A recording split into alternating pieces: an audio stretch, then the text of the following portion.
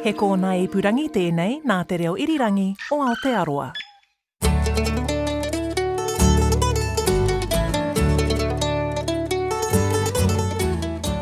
No mai whakarongo mai ki te aotai whenua. Welcome to Country Life. I'm Sally Round.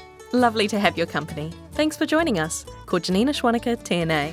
Today, Cosmo meets two North Canterbury hunters who've donated tons of wild venison mince to local food banks, and there's more on the way.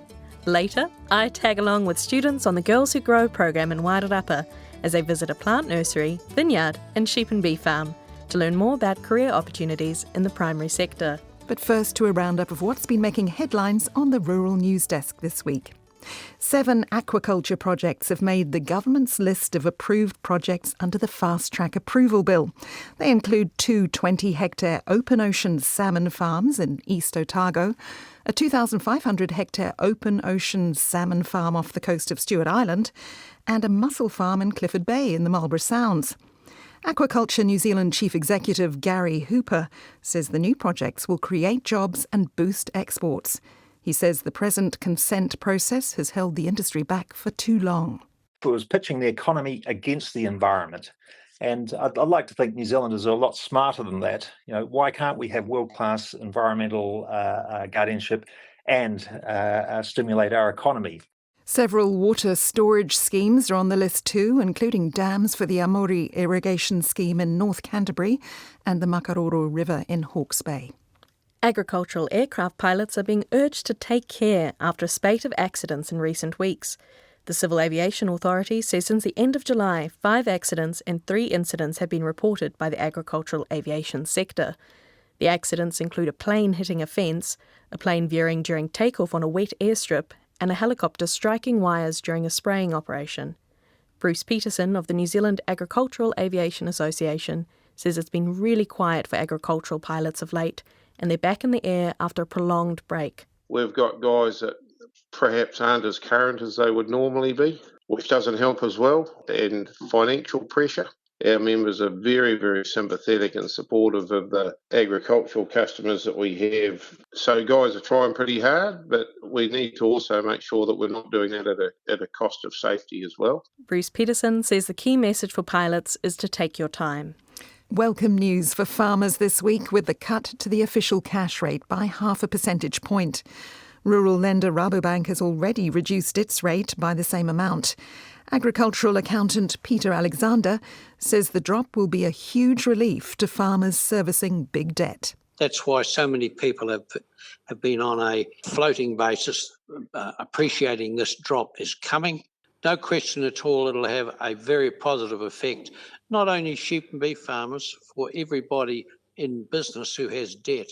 A lack of feed in rain-sodden Southland is impacting milking, and some dairy farmers are dropping to once a day.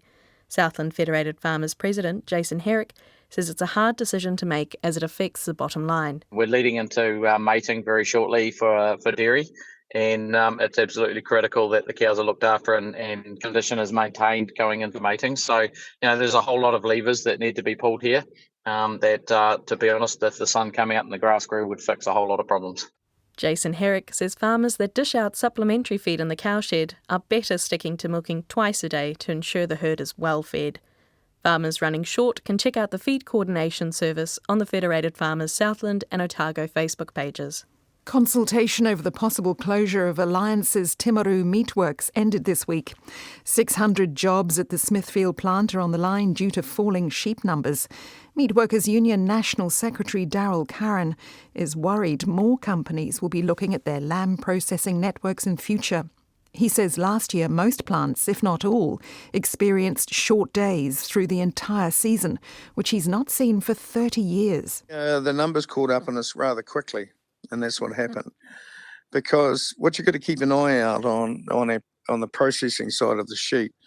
Have we been killing capital stock and it hasn't been replaced? And it's likely that it's been the case. Mr. Curran says floods and cold weather in Otago and Southland are further adding to the sector's woes. There have been a lot of dead lambs, which means even fewer sheep to process next year. A group of Kiwi students will be on the world stage showing off their invention to quickly detect a bacterial infection in cattle known as Johne's disease. The disease costs the dairy industry up to $88 million a year in lost production. Students from the University of Canterbury have developed a new rapid detection device called Lumu, and they're going to present their invention to the iGEM Synthetic Biology Grand Jamboree in Paris later this month. I spoke to the students, who say current testing methods take several weeks, and their device will aim to provide results within minutes. Dairy exporters are making big gains in the UK and Europe with butter and cheese. An analyst says while this is pleasing for New Zealand farmers, China still accounts for 35% of our dairy exports and remains our most important market. High Ground Dairy advisor Stu Davidson says lower milk production in the Northern Hemisphere is behind recent price lifts. So we're seeing a lot of volume going to the United Kingdom at the moment, especially cheese and butter. There was 1 month, there was 1,500 tonnes of cheese on its way to the UK, and that was really, that was unheralded in the last couple of years. And into Europe as well. We've got quota access into Europe. Real cool thing at the moment as well, the European butter price or milk fat cream price at the moment is extraordinary high. Stu Davidson says China's strategy to ramp up local production means our farmers are facing increased competition from Chinese farmers. Growing Future Farmers, which places students on sheep and beef farms for 2 years of training, has had a record number of applicants for next year's intake. 131 applicants from around the country, aged between 16 and 21, have applied for next year's start date, about 20% up on previous years. About 40% of them are from urban areas. And just finally, some gongs for the primary sector. Wairarapa-based Fern Glen Farm, which is run by the Ravenwood family, shone at the Beef and Lamb New Zealand Awards this week. They won the Gallagher Innovation Farming Award. Judges praised them as a shining example of innovation with their diversification into sheep milking, adding value and addressing issues of succession and financial security. And in the hort department, 27-year-old Grace Fulford has won the 2024 Young Grower National title. She is Quality and Compliance Manager for TNG Global and is also the Hawke's Bay Regional Champion. This is Country Life on RNZ National 101 FM. Keen hunters Steve Hill and Adam Kreisel run Hunters for Hope, a charity that donates processed venison meat to local food banks. They're supported by other hunters as well as trophy hunting businesses and farmers who drop off any excess venison they don't want or need. Adam's property at Swannanoa in North Canterbury doubles up as the Hunters for Hope HQ and meat processing site. When Cosmo Kentish Barnes popped in last week, the pair were in a refrigerated container butchering venison and turning it into mince. Steve wiped his hands and came out for a chat. What we try and do is we make an opportunity where hunters and people with surplus venison, whether it be off a farm or hunter surpluses, can be pulled together and minced and donated to the local food bank to pass out in food parcels and the like. Yes. How did it all start? Well, it all started, Adam and I do quite a bit of hunting ourselves, and we were getting quite a large surplus. And the way that we were brought up is you don't really want to waste this stuff. So we had a freezer in my garage at home, a chest freezer completely full of venison trim and no use for it. So we started off actually paying the local butcher to turn it into mince, and we donated it to the local food banks and charity groups.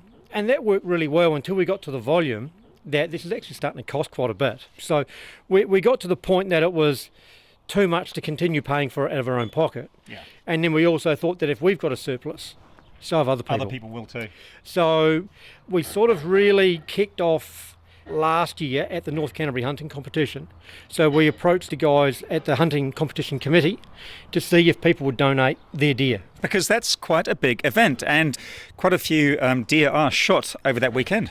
Well, we did it last year for the first time, and we took 50 deer, and we believe we were sort of at the limit of deer that we could get processed. Around about 900 kilos of venison went into the food bank as a result of those 50 deer. We did the same competition this year. We took about 130, 140 deer, so we ended up with just over 2 tonne of mince and 145 kilos of backsteak that all went into the Hope Community Trust in Rangiora. And you processed it all here on Adam's property? Yeah, so it's pretty basic operation. There's nothing too fancy here. One thing that's really probably worth mentioning is it wasn't exclusively Adam and I that processed this venison. There's a special group of guys that is Adam's father and his father's mates from the pub, and we've come to call them Dad's Army. And they're a fantastic group of old buggers, and they can't always work a full day and they can't always go as long as you'd hope they did. But they're always smiling and they're taking the jib out of each other and having a good time. So it's good for us to do the venison and give it to the food banks, but it's also a good spin-off for us is we've got these older guys out actually doing good in the community as well, rather than just sitting home and getting stale and watching the clock. Yes. So yes. It's a pretty cool thing. What sort of things do they do? They do everything from skinning deer to boning deer to trimming a bit of meat off bones. Whatever we ask them to do, they seem to get done. Yes. Now, you've had some technical complications today. What's happened? Well, yeah, we're trying to run through a batch of mince to deliver tomorrow into the Hope Trust. We've got it all out and we've tempered it down and we're trying to run it through the mincer, but I think our mincer just about came off Noah's Ark, and it's not trying to play ball today. So Adam's in there fighting with it, and I don't know if he's winning, but he's still fighting. It's quite a big mincer. Well, it's a large commercial mincer, which is really good for us, but it's 40 or 50 years old, and for what we do, generally it's okay. Today it's been a bugger. Now, Adam's just come out of the processing container. Adam, has it been fitted out to process the Hunters for Hope venison? No, not specifically for this work. Steve and I hunted a lot together, so we put this in to keep our meat cool afterwards, shot it, but it's now turned into this beast. So Who did you both approach when you realised that this was getting bigger than what you could handle? We've had a very good relationship with the ladies at Hope Community Trust because we had been donating our own surpluses historically. So we had a chat with the ladies there with the idea of processing 50 deer from the hunting competition and basically asking them, if we can get these deer and if we can process it, would you accept it? And they wholeheartedly said, if you can give it to us, we'll take it. So we take all of the mince into the Hope Community Trust, and they will distribute it to any community group or charity, food bank, anybody that sticks a hand up and asks for a bit of venison. If they've got surplus, they'll share it. I do know that 2 tonne of mince we had from the hunting competition, that got distributed the day it was delivered to 35 community groups. Wow. How many people can that feed? Well, 2 tonne of mince, what they basically say for a rule of thumb is for every kilogram of mince, it's about 8 meal portions. So 2 tonne of mince would have been, 16,000 meals. So that's pretty cool. And that was all from hunters at the North Canterbury competition that willingly donated their deer to get processed and into mince for the Hope Trust. And this is no standard meat, Adam. This is wild venison. It's all completely wild. Yep, there's no added shots of anything to it. It's all plain off the hillside. Yes, yep. Yes. And I read that some hunting kids have also got involved in donating venison that they've shot. Yes, that was at the North Lowburn School kids hunting competition. So we went along there, and I think we got 9 or 10 deer donated, and the kids came along to Hope Community Trust afterwards. Steve and I had minced it all and came along and saw who it went to and what goes to them and everything. Yes. They quite enjoyed it. It was good for the school as well. Yeah, quite important for kids to learn that they've got something to offer to the community as well. Oh, definitely. Oh, it's all about getting kids involved, getting them off the screens and getting them out into the wilderness to do something with their parents. Do some farmers invite you to go out and shoot deer on their farm? Yes, we do get a few farmers that call us up, but Steve and I only have so much time on our hands that we can go out hunting on a Saturday night to fill the chiller up. But yeah, we do get a few. And of course, deer can be a real pest for a lot of farmers. Yeah. There is quite a heavy population of deer that have started to come off conservation land and invading onto farmland and eating crops and feed that was designated for stock. We did get approached earlier in the year by one particular farmer who had quite a deer problem. We went on there, and the first night we were there, we saw 40 deer on one paddock. So over the next couple of weeks, we probably cleaned 30 or 40 deer up off that farm. And talking to the farmer later on, he was appreciative of what we'd done, but the deer had still eaten approximately $30,000 worth of winter feed that he now didn't have to feed his own stock. Yes. So Hunter for Hope's helping farmers as well as food banks. Well, correct. And for us, the priority is really the fact that we've been able to identify a surplus, as in this venison. A lot of farmers aren't in the position to utilise those deer that are a problem, and they get commercial helicopter operators in and they do culls, and they're not always able to get every deer off the hill or any deer off the hill sometimes. So for us to be able to utilise some of that product, and working along with MPI and New Zealand Food Safety, we've been able to navigate the legislation. So we're completely above board, completely kosher, to the point that we actually got an email recently from Minister Todd McClay, who's the Minister of Hunting and Fishing, recognising the efforts that we've put in, and it's a priority for them to not only tidy up the pest and help the farming community, but use that surplus and try and tidy up some of that need as well. And Adam, as you've already mentioned, you're not doing this full time. This is something you're doing in your spare time. What's your day job? I'm a civil contractor, so we do paving, driveways, and work in central Christchurch and miscellaneous jobs throughout the city. So yeah, this is definitely in our spare time after work and in weekends. Yes. So. How about you, Steve? I'm a stock agent by day, so that normally fills up most of my week. And then, just for fun, we bone out a few deer and make some mince and donate it to the food bank. So it sort of does work in well with my job and a lot of contacts that we have through my work. Yes. Now, tomorrow morning, I will be meeting you guys at the Hope Community Trust in Rangiora. So what normally happens there? So we'll run our chiller trailer through. We'll take all the mince there at about 8:30, 9 o'clock. And then the Hope Community Trust ladies would have organised their community groups to come in probably 9:30, 10 o'clock to come and start grabbing it. And nearly all of that will disappear. And they will bag up some of it for their smaller families they give it to. But some of the meat will definitely go away in the full bins. Yes. And get dropped off. Now you've got a state-of-the-art refrigeration trailer here. Yep, that's been donated for ourselves and Hope Community Trust to use. So it's a freezer and a chiller. And then if we end up picking up full deer from anyone, we can keep it cold as we're transporting it. What an amazing resource, because it's brand new. It is. And already I can see, sticking my head in here, that you've got, about 10 big bucket loads of meat ready to go. Yeah, we should have just over 500 kilos good to go for tomorrow. And for people who want to find out more, or if they want to help or donate some venison, how can they find you?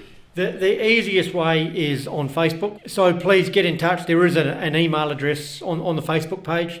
Get in touch. I know Dad's Army, they do appreciate help us from time to time. So if there's older guys out there locally that want to help, fantastic. Or if there's guys that have got a bit of surplus venison and want to do something there, please get in touch.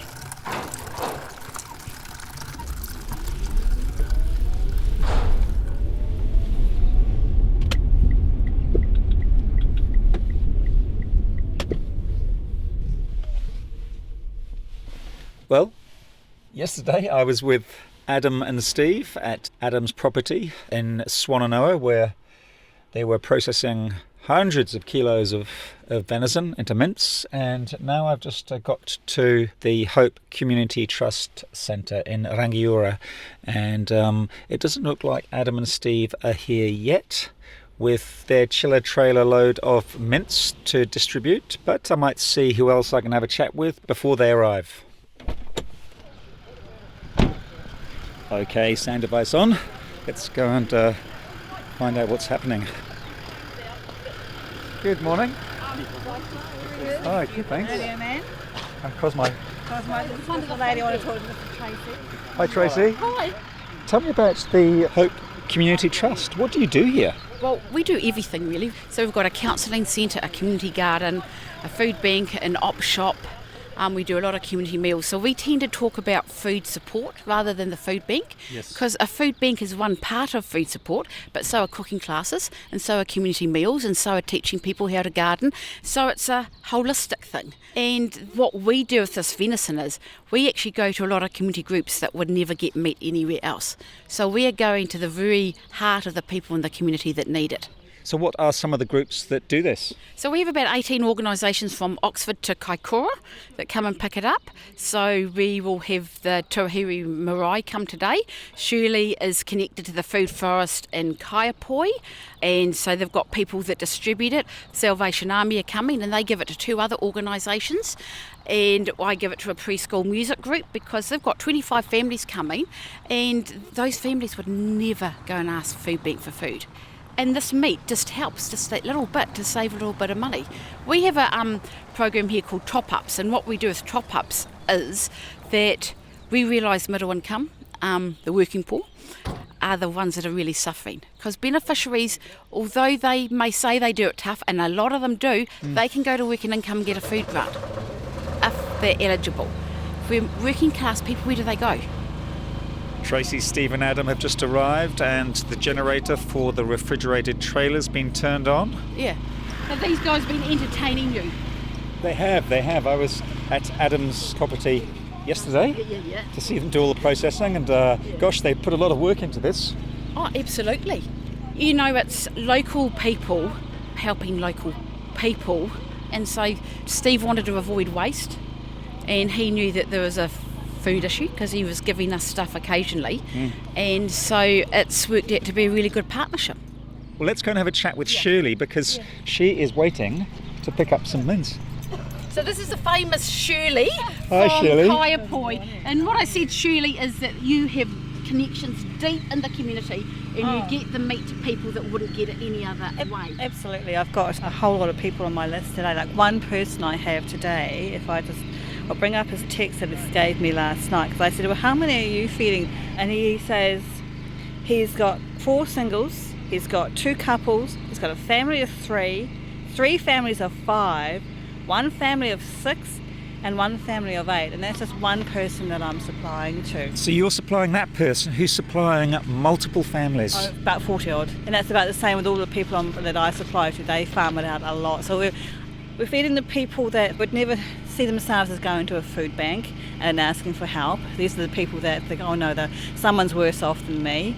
And then also I learned that ED and hospital are getting a number of over 65-year-olds turning up with malnutrition and being unable to access fresh food or fresh meat. And these are probably the people that live alone in a council flat. So what Tracy's doing and Hunters for Hope is just huge. And to get this really healthy venison with no fat, no additives, and it's all been processed and ready to go. I mean, it's a gift. So do you have to parcel it up? How does it work? I've got buckets in the back of my truck now, and I had hoped to package it up here today, but normally I'll take it home and I will divide it up and fill my buckets at home. Yes. And then I'll go and deliver it. And people are always smiling when they receive it, that's for sure. I think, oh, very excited. And Tracy said that you're also involved in the Kaiapoi food forest. That's been going for over 7 years now, and it's a foraging area. And in the summertime, children are great because they'll forage for the raspberries and they'll sit amongst the raspberry patch and stuff their face and fill up their ice cream containers. And we have a wee fruit and veggie stand. A lot of people will bring their excess to play it forward so they don't have to see it wasted on the ground. Anyone can come and collect. What a great system. And this initiative here is an extension of that. Yes, well, we work hand in hand with these guys, especially with the venison. The food forest is a totally separate entity, but we all work in the same circles. Yeah, it's all about achieving the same goals of supporting people in the community in need. Absolutely, and there's such a need. Also on a Saturday, I collect sold bread from a particular bakery in town, bring it out, bag it up, pop it on the fruit and veggie stand in bags. My husband puts a notice on Facebook page. It's bread here to come and collect, come and get it, and even within half an hour, it's gone. Excellent. So what happens now? You're just waiting for Adam and Steve to open the chiller door? Pretty much, yes. I'm ready to drive in beside and load and go, really, and then I can get on with what I need to do. Sort of like beat the crowd, because there's going to be quite a succession of people coming through now. As Gabby said, we've got this person's got their trailer. Look, someone's just arrived with a trailer. He's come to collect as well, so I'm going to pull up there. Get in line quickly. The bins are quite heavy, so we empty the bins, we wash them out, and then we bring them back here to Tracy at the end of the day, so she can then forward them on, and then they're ready for next month. Awesome. Well, keep up the good work, Shirley, and it's great to see this in action. Oh, absolutely. Yeah, it's very good what these guys do. And I asked him, what is it like in the forest? And he said it's pandemic, that the deer are just plentiful and they're just too many. So it's going to be ongoing for sure.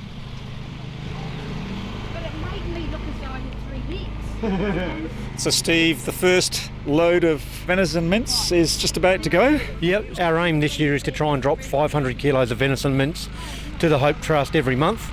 So we've just had one of the community groups come past. They've taken 125 kilograms of the mince we've just dropped off.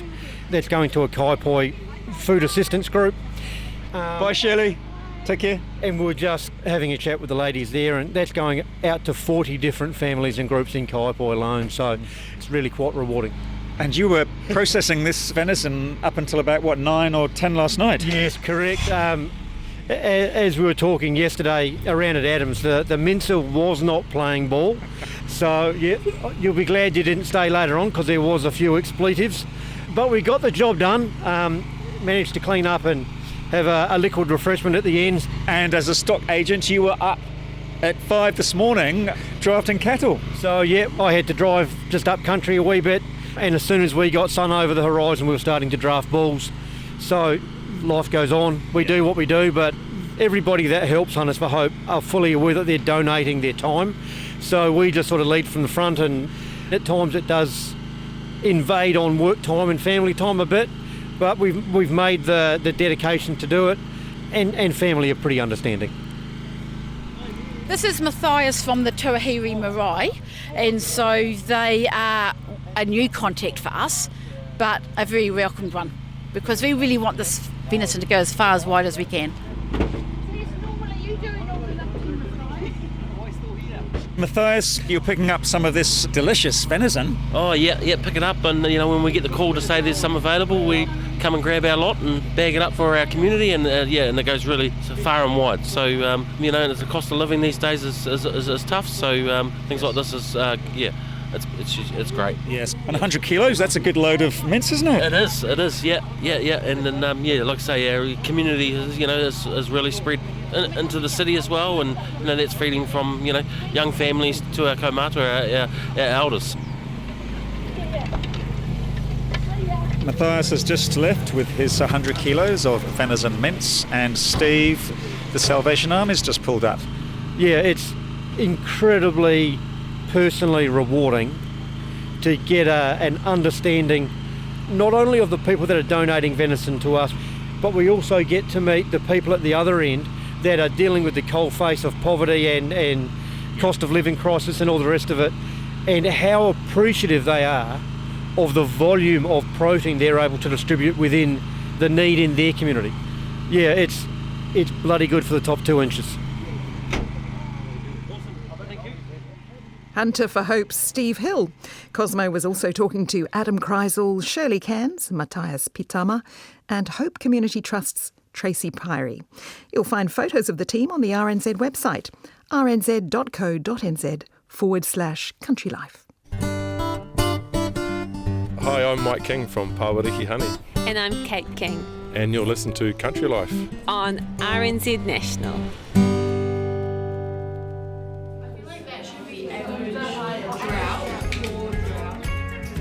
If you've never gotten to experience life on the land, how can you decide if it's a career that might be right for you? I'm in Wairarapa with a group of about a dozen girls from the local high schools to learn more about how the Girls Who Grow program aims to get more young women into the primary sector. Today, we're checking out a plant nursery, a nearby vineyard, and a dairy farm that's being converted to a sheep and beef operation. We're at Akura Nursery, just outside Masterton, to learn more about what they're growing from nursery manager Rachel Scanlon. Bubble bags that I mentioned, so go over your shoulders, and then either side, that's where you put all your native plants. Climb up the hillside with your spade and get them all in the ground. It's a cool job, but a lot of work and planning goes into it. So I've got a little activity for you all. If you want to get into groups of 3 or 4, so there's a clipboard each. This is our leaflet which tells our customers more details about our poles. Inside you've got poplars on the left and willows on the right. So you've got the species names, but at the top you've got what are tolerant to drought, possum and wind. So you've got excellent, average, poor, that sort of detail, and a little bit more there to read as well. So what I'd like you guys to do is you've got 2 sheets. One is a table. You've got zone 1, 2 and 3, which depicts what is on here, and you've also got some little laminates with pole species on them. So what I'd like you to do is, going by the leaflet, you have to choose which pole species you would put in zone 1, 2 and 3, and there's a bit of a little case study there about a farmer, and this is his land that he wants to plant the poles. I sit down with some of the students as they get started on the exercise. Many of them here today don't come from farming or even rural backgrounds. Despite this, they're doing a mighty good job with the task they've been given. We're kind of just having a look. What kind of tree is a vitellina? Well, here it says... Is it a poplar or a willow? And is there a reason you guys have chosen that particular type of willow or poplar? Yeah, well, it's not got a great tolerance to wind or to drought, so we thought it'd be best in a low area. Where there are and constantly water. Yeah, so that's why we put that one there. And then all these ones up here have like high tolerance to wind. So you've put them up high. Yeah. Nice. And do you mind if I ask, do you guys come from farming backgrounds or have family who farm? No. Yeah, town. Are you guys studying ag stuff at school, or what made you want to get involved with Girls Who Grow? Just like looking for what I could have a future in for careers. And I just thought, like a good experience and stuff, and I'm quite interested in like environmental stuff as well. I'd like to learn how to like help the environment and improve it. Do you guys feel like you're learning, that there are other opportunities? You don't just have to be a sheep and beef farmer or a dairy farmer. There's lots of different kind of jobs in the primary sector. Yeah, definitely. Yeah, definitely like broadening our horizons. And also some of the mentors, was it last week, said that they like hopped careers multiple times, so we're not stuck with something for the rest of our lives. That's certainly been the experience of Rachel Scanlon, whose journey into horticulture started with a love of gardening. My name is Rachel Scanlon and I'm a nursery manager here at Akura Nursery, which is part of Greater Wellington Regional Council. And Rachel, what was your experience like learning about agriculture or horticulture in high school? Were you exposed to these kind of career opportunities? So I went to school in the UK, that's where I grew up. At the age of 14, I was very interested in biology and I also did Latin. So with Latin, it's a dead language, but it's also real prominent in the world of flora and fauna. I was going to say, perfect for understanding plant species and genuses. And so I was hooked from there on. So I sort of combined biology and Latin. My nan, my British nan, she was very much in love with flowers, and we used to play shops, like florist shops growing up with her. So that was sort of something that I think did resonate and was a bit of a little seed there that was sown. Always been very outdoorsy, always been fascinated with plants, absolutely adore them, and I'm very much an introvert, so plants, more comfortable with plants than with people most of the time. Got my qualification at university, and then for my own career I've worked with the National Trust in the UK, worked at Wakehurst Place, which has the National Seed Bank, which is part of Kew Gardens. And in 2012 I actually set up my own nursery in the UK in Sussex. So I was growing wholesale for the sort of garden centre industry. And in 2019 I got an offer I couldn't refuse. A couple of brothers who owned a landscaping company in London, they put an offer forward to purchase my nursery, took the opportunity and emigrated out here to New Zealand. Pretty much with horticulture, there's so many different avenues you can go down, and you can be hands-on, you can be outside, you can be doing planning, you can be doing design. There is like so much to it, and my advice would be to just see what you want to do, venture out, get in contact with people, and just grow from there. Pardon the pun. Girls Who Grow is a new initiative aimed at showcasing career opportunities in the primary sector to young women still at high school.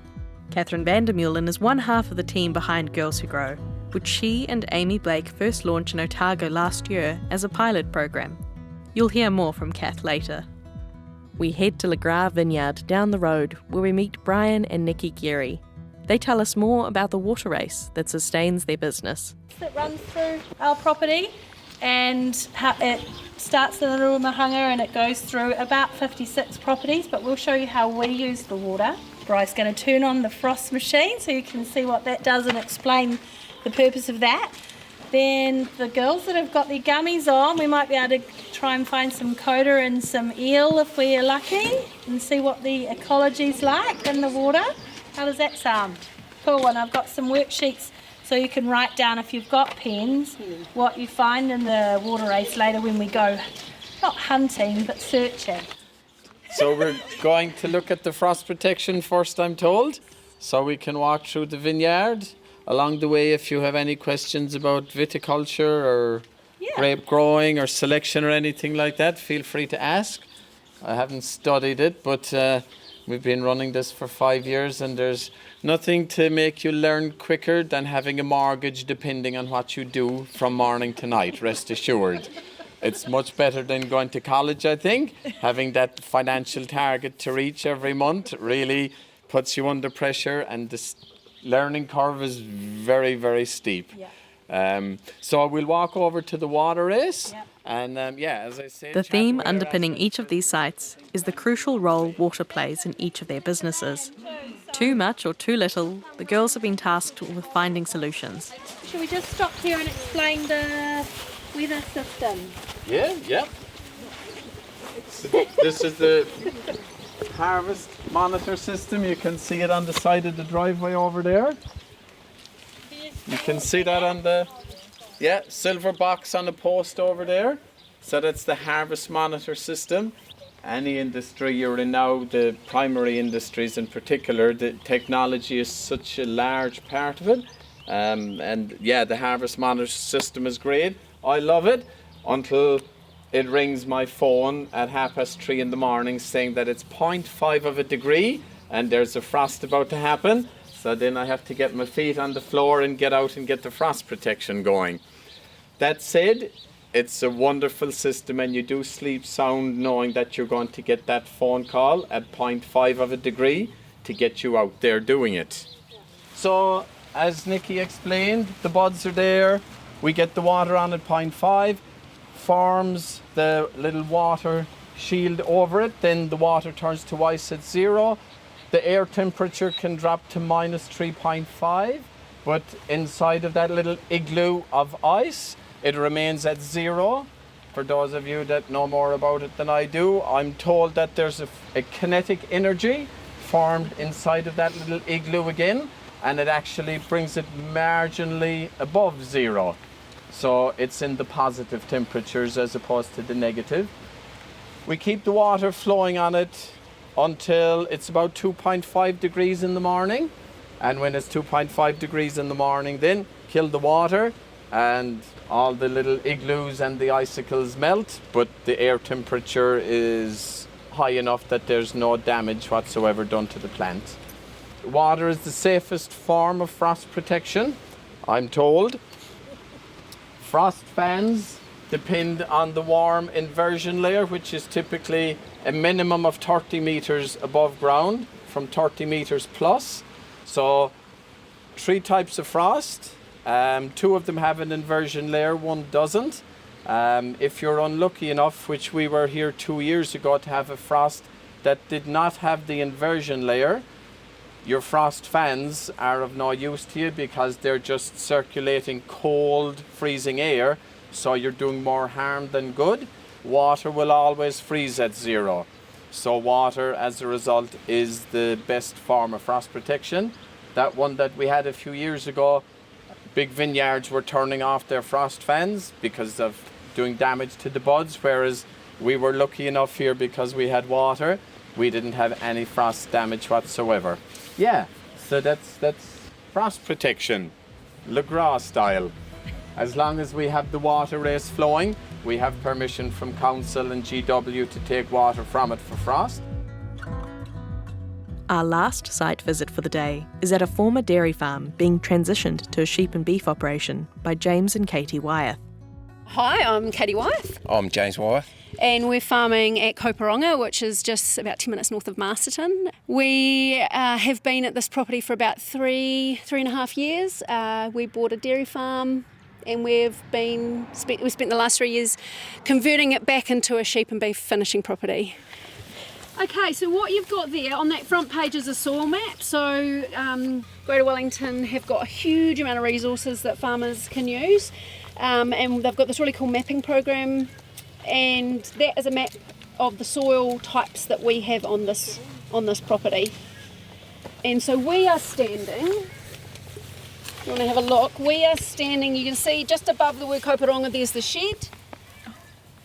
So we are standing in between, in this right down the bottom, in between these two, there's the big pine trees there, those ones there. Okay, so we're standing just on this side of those big pine trees. The soil types we have, there's quite a few different soil types. They're generally been made with a silt because the rivers would have over the hundreds of years, deposited silt here every time they flooded. So they've generally got a siltiness to them. A good way that we can have a look at our soils is by doing what's called a visual soil assessment. And this helps us to make decisions about how we manage the soil from a stock point of view, when we graze it, with what type of animals, those kinds of things. So what we're going to get you to do is have a look at these different soil types. Now this one here in this black bucket, if you have a look on that soil map, it's from this blue one. It's a real silt. So this is actually a bit that goes underwater. It's part of the farm that floods because it's really low, but because it floods a lot, it gets a lot of silt put over it, so it's actually the drainage is much better. And so we picked this up this morning, and you can just see, the grass species that it's growing, but can you see how the roots come right down into the bottom, and you can come over and have a feel of it. It breaks up easily, because plants need air as much as they need water and nutrients. So it breaks up, it's nice and friable, you can break it up easily, the water gets through it, the roots get through it. There'll be, I'm not sure if there's, because it was underwater, whether there are many earthworms in here. Compared to this soil, which is the one that's actually a similar soil to this one here we dug up, it's actually a similar soil type, or the same soil type to this, but this is completely different.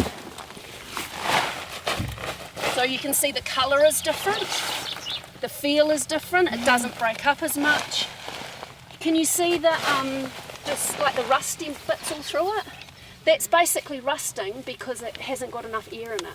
You girls can grab a spade, if one group stays here and has a dig here, and you can compare it. So on your pages behind the map there's a scorecard, and for each of those scores there's some information behind and some pictures where you can compare it and give it a score of 0 to 3. There's been a recent drop in the number of students looking to the primary sector. At the moment, just 6% of school leavers are entering the industry. With women making up just over 30% of the workforce, it can be especially hard for younger women looking to enter the field. Katie tells me she's especially passionate about seeing the next generation of women coming into the sector. I love getting involved in industry stuff. I mean, the industry's been really good to James and I, and we just see so many opportunities. And we've also got lots of problems and challenges to solve too. And the younger generation, they're going to be such an important part of fixing some of our problems and taking our sector into the future. So I think it's really awesome. And I've had a lot to do with the Agri Women's Development Trust and, getting more females. I know when I first got into the industry after school, I was a sales rep and someone said to me, how are you going to be a female driving up that driveway? And now it's just so different, and I'm stoked it's different. But yeah, how about you? Yeah, no, I feel the same way. Our daughter's very keen on farming, and we she'd be sort of fourth generation farming for our families in the Wairarapa. So we'd sort of love that to continue on. Do you think programs like this could help create connection between people who might not have considered those careers before? Yeah, hopefully. I mean, a lot of the girls here today weren't necessarily from a farm, so it was great to have them out and just opening their eyes. I think, We've lost our connection. What was the story? It used to be only 1 degree of separation to a farm, or a lot of kids spent their school holidays on farms, and that doesn't happen so much anymore. And it doesn't take long to not understand how your food is produced. So, providing these opportunities for some of these girls that might be interested but might not really understand what it's all about, just to, if you can, light a little spark in there. They cool. love getting their hands dirty, eh? Yeah, they love it. They love it. Even farmers love that. You get them out looking at their water or looking at their soil or looking at their stock. Getting their hands dirty is a 100% way to engage them. It's been a day of discovery for the girls, including those we spoke to earlier from Solway College. I learned a lot more about water races and like the impact they have on a lot of properties and stuff. How many properties actually depend on those natural water sources to live or and how they prevent frost affecting especially at the vineyard. It was really cool seeing how they did that. Yeah, like the natural solutions they use instead of man-made stuff. So You guys mentioned earlier that none of you come from farm, you all live in town. Do you feel like you're a little bit more open to or interested in maybe going into ag one day? I'm definitely considering it. Yeah, it seems quite fun and interesting. So. I would definitely like to live rurally one day. Yeah, same. On a property somewhere. Kath too was pleased with the day. We've been on the Girls Who Grow on-farm lunch and learn experience. We've taken the students from a number of the colleges in the region out to different places and spaces in their region. So we were at Akura Nursery this morning. We spent some time at Le Gras at the vineyard checking out their water race, and now we're here at a sheep and beef farm that was an old dairy farm and looking at their soil and looking at their water and natives and how all those things need to be considered in the whole ecosystem. We've just been particularly digging holes in the soil to learn about the different topography of the soil within one paddock, where there's sometimes low-lying water and different grass that will grow in those particular areas. Some of the feed that the animals won't eat. So just trying to support the students to understand different land use and how actually all those things can work collectively together. The learnings that we learnt at Akura can be applied to this farm, where the learnings that we can apply from this farm relating to water can be applied to vineyards. So just how it all incorporates into one big healthy ecosystem. And some of the students I was talking to earlier, they're not all from farming backgrounds. Some of them live in town. I suppose as this, Girls Who Grow realised, having students from all sorts of different backgrounds on farm learning about the primary sector. Yeah, absolutely. And I guess it's more than just the primary sector. Agriculture is not just about farming. Farming is one component of agriculture, and being able to open their eyes to lots of different industries that could be connected. They could move into a career that's relating to soil. They could move into a career relating to ecology or genetics or water or, the technology to understand the soil and the water. There's so many different opportunities for students, and really our role is to showcase all of those different things and to connect them to the land, whether they're living in an urban region or whether they're living out on a farm. How important it is for us all as human beings to connect back to the land. Catherine van der Meulen of Girls Who Grow ending that story.